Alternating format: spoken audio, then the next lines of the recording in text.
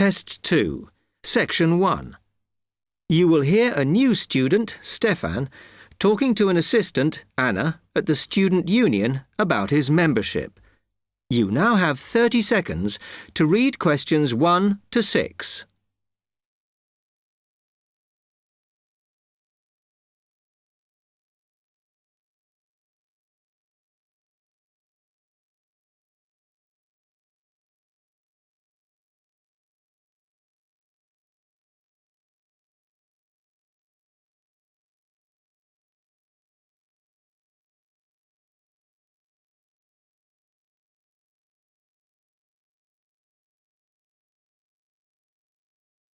Hi, can I help you? Yeah, I hope so. This is the first time I've been down to the union. I'm a new international student, and I just wondered what to do. Oh, right. Well, normally we ask international students to fill out this form, and we put your details on the wall by reception. Then other students can contact you. It's a way for everybody to get to know each other. It can be a bit lonely otherwise. Oh, I see. What's your name? I'm Anna, by the way. It's Stefan Unger. OK, well, just write that there, next to name, and then fill in the rest. Right. What does it mean, degree program? Oh, just if you are an undergraduate or a postgraduate. Or maybe you're just here for a short course? I'm a postgraduate. Oh. Do I need to say what in? Not really. It's too much detail. But you should put your department so people who have the same interests or problems as you can get in touch. So I'm studying marine construction, so for department, do I put down the science faculty then? Just your actual department. That must be engineering, no? Oh, I see, yes. Then if you list what you like doing in your free time, not that we ever get any when we're studying, and maybe you can meet up with someone socially or to join a club or something. Well, I like lots of things. Shall I just list them? My advice is to just put 1 or 2, like football and films or whatever. Otherwise, you'll get so many invitations, you won't get any time to work. OK. I think I'll just list computer games, as that's my big interest. Oh. I haven't played football for ages. I may start to play once I get settled. Now, let's see. Next thing is languages. Yes, we find many of the international students get a bit tired of speaking English all the time. Sometimes they like to speak to someone in their own language. It's up to you. That is a good idea. I presume I don't need to put English down. Oh, no. I put Italian and French. I can only speak German, my mother tongue. OK, well, that's fine. Just put that. What does accommodation mean? Is that my address? We're trying to find similarities between people, and some people live in hall, some are in flats, some are in bedsits. So it helps if you say. I'm in hall, though I'd like to be in a flat, but that won't happen till the end of the first term. Put where you are now. You can always change it later. Then finally, just put your phone number. I haven't really got one. I haven't sorted out a mobile yet. Well, it's going to be difficult for people to contact you then, isn't it? Why don't you put the union one and we'll take messages for you? OK. It's 02950 659 003. Have you got that? Yes.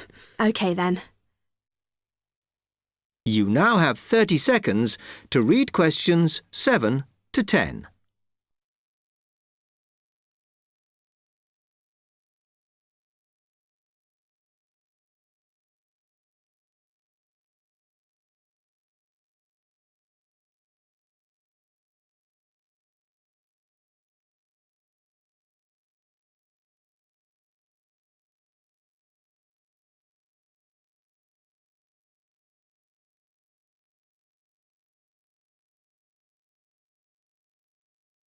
Oh, I had a couple more questions about the services you've got here. It says there's a photocopier here. Yes, you need to get a card from the shop, and then it's available to all students in the mornings. The union uses it after 1 p.m. Okay. I see also the union organises loads of events. Are they always held here in the union building? It looks big enough. If you're interested in something, you should check the poster or our website. In fact, we normally use the Round Theatre, opposite the conference centre for most events, because the sound system is better. Right, I'll do that. Also, I wanted to hire a van.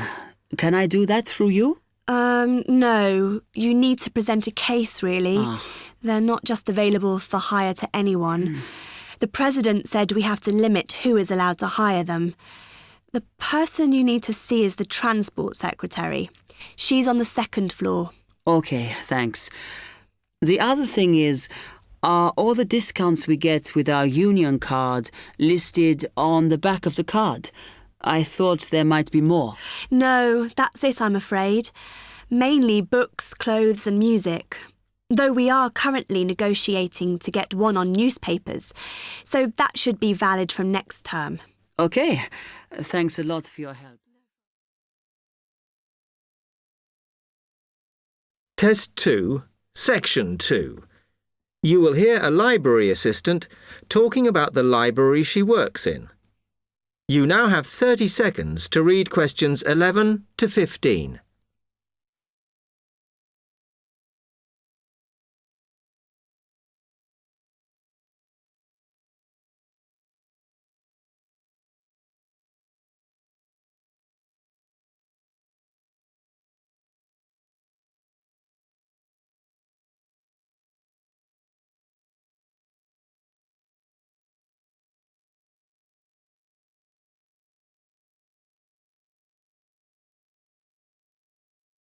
Hi, can I help you?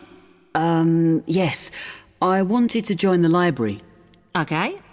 First of all, let me show you around the library and explain a few things for you. Okay, now we're here at the main entrance. You can see the reception, which is where you bring back and take out books. And also, we can order books and answer your questions there. Next to the reception, where you can see those old desks, is where we keep the magazines, because you can sit down and read there. They're divided into sections for sciences, geography, arts, etc. Then, at the back of the library, you can see the section for old books. Next to that is where the books proper start. That used to be the science section, but now on those shelves you'll find the art section. We had a big reorganisation in the summer, which I think has made it clearer. The numbering is standard, so you should be able to find what you want quite easily. However, if you can't find something, it probably means it's been borrowed.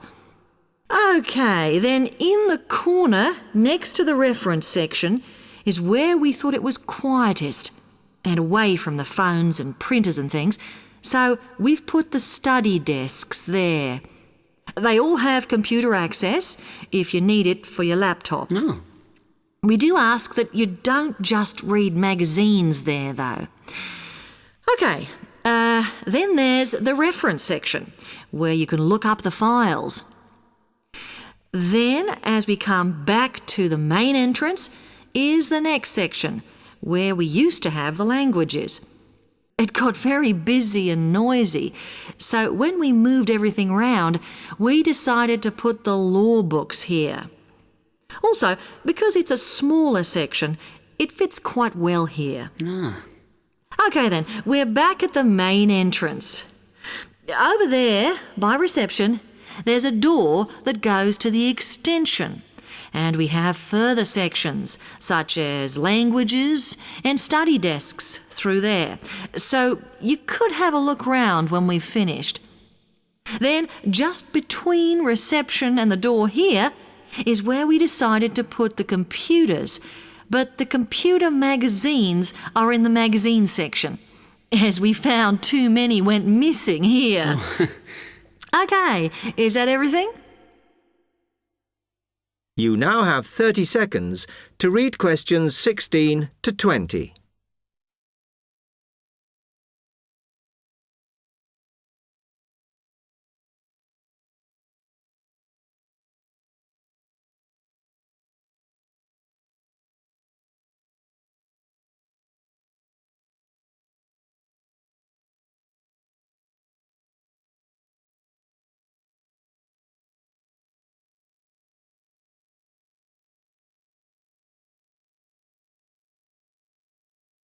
That's great, thanks.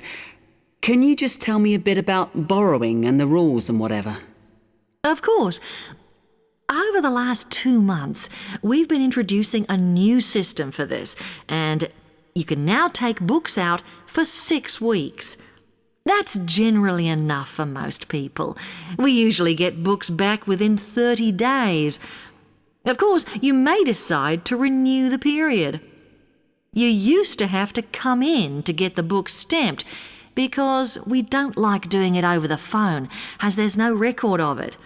But now you can do all that via email. Oh. If you do forget to renew, then we do make a charge, I'm afraid. That helps our costs, of course, but we do insist on it. The good news is that there is only one charge. I know some libraries charge £1 for 1 week and then it goes up with each week it's late. We ask for £1.50 as we think that's high enough to stop people being overdue. The other thing you may want to know is what you do about books that are not on the shelves. We do have a system for reserving them. All you have to do is fill in a yellow form behind those blue ones on the desk and give it to someone at reception. We'll let you know when it comes in. Also, sometimes you will need a journal article that we don't have but can get from other libraries. So we offer an ordering service if you need it. Now, if you'd like to fill in this form here. Test 2, Section 3. You will hear 2 students, Ramil and Kirsten, discussing presenting a paper at an architecture conference. You now have 30 seconds to read questions 21 to 28.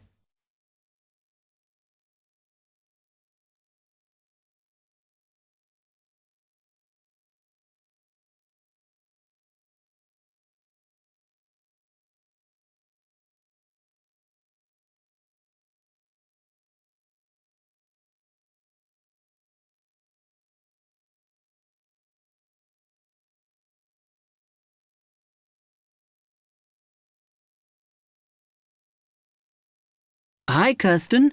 Have you heard about that architecture conference in Oxford at the end of the year? Yeah, I saw the leaflet on the notice board.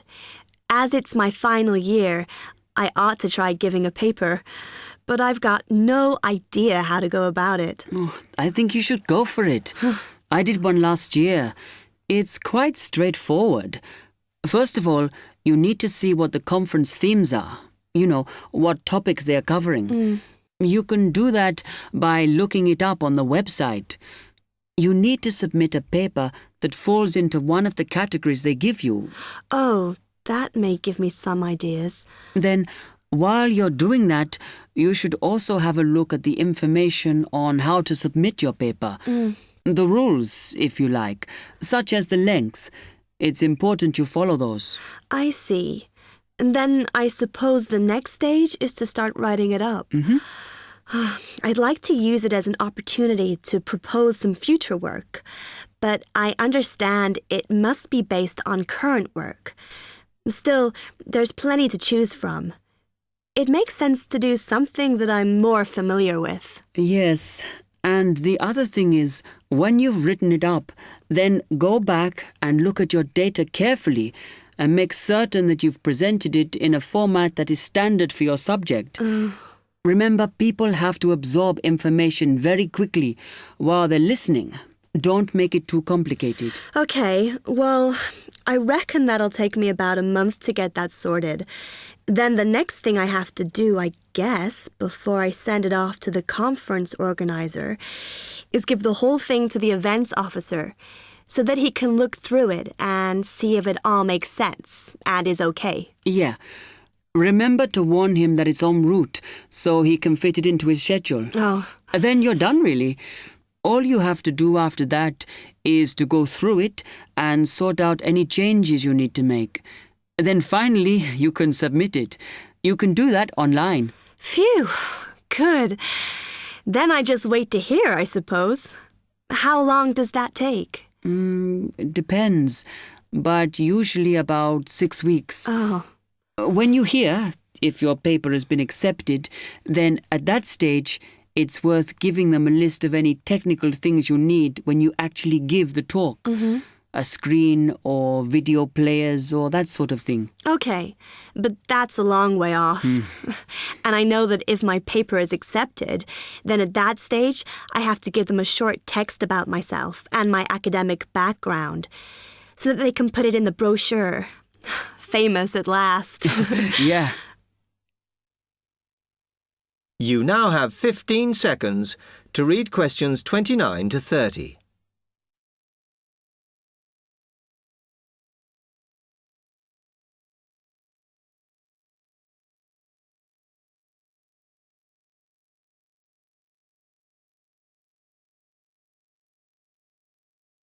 Right, well, I've got to get a couple of things sorted if I'm going to get this paper completed.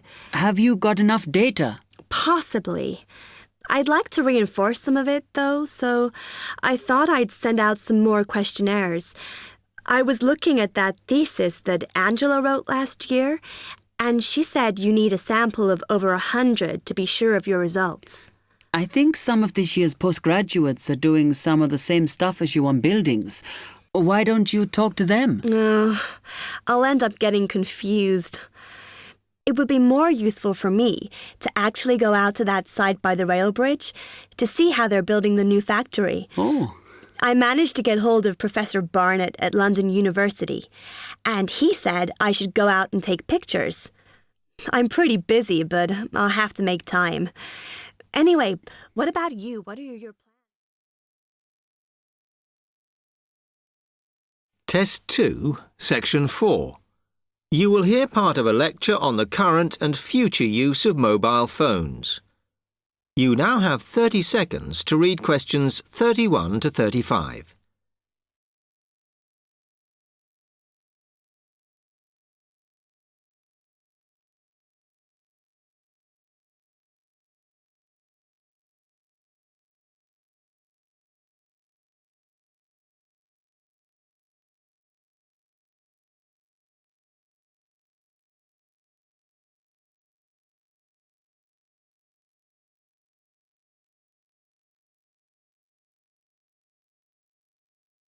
Okay, now today we're looking at changes in communication, and specifically changes that have just happened or are likely to happen in the next few years.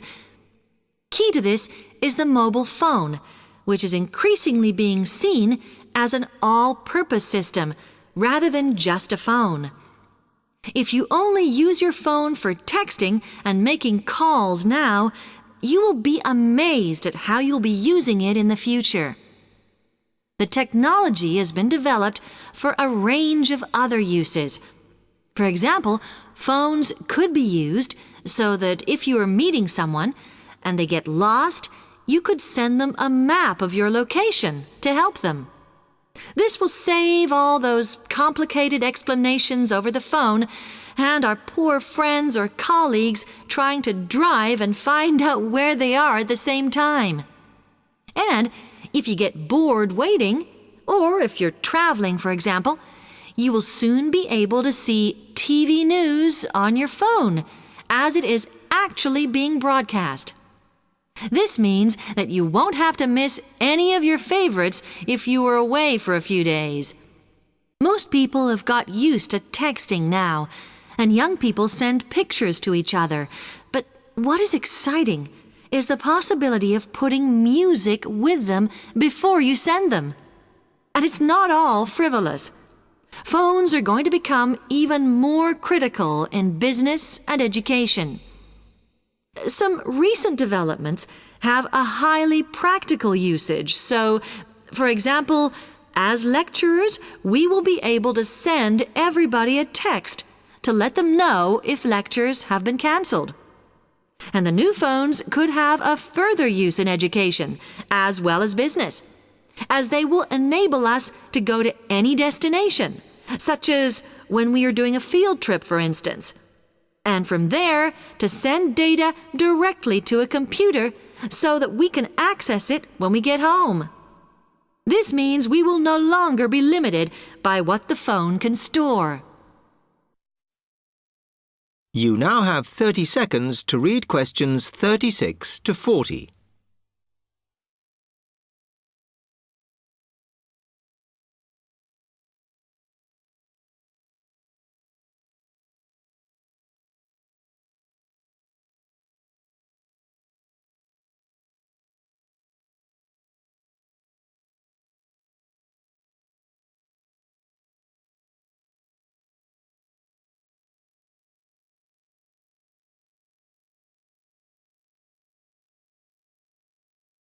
And it's interesting to look at the different ways that men and women use phones now, as that does affect how the technology will develop.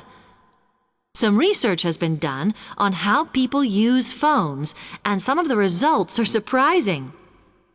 One of the increasing usages of mobile phones is to get all sorts of data, such as phone numbers, the weather, train times, etc.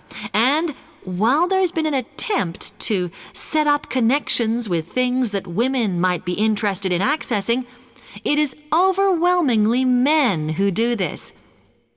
But what about the traditional use of a phone? To speak to people?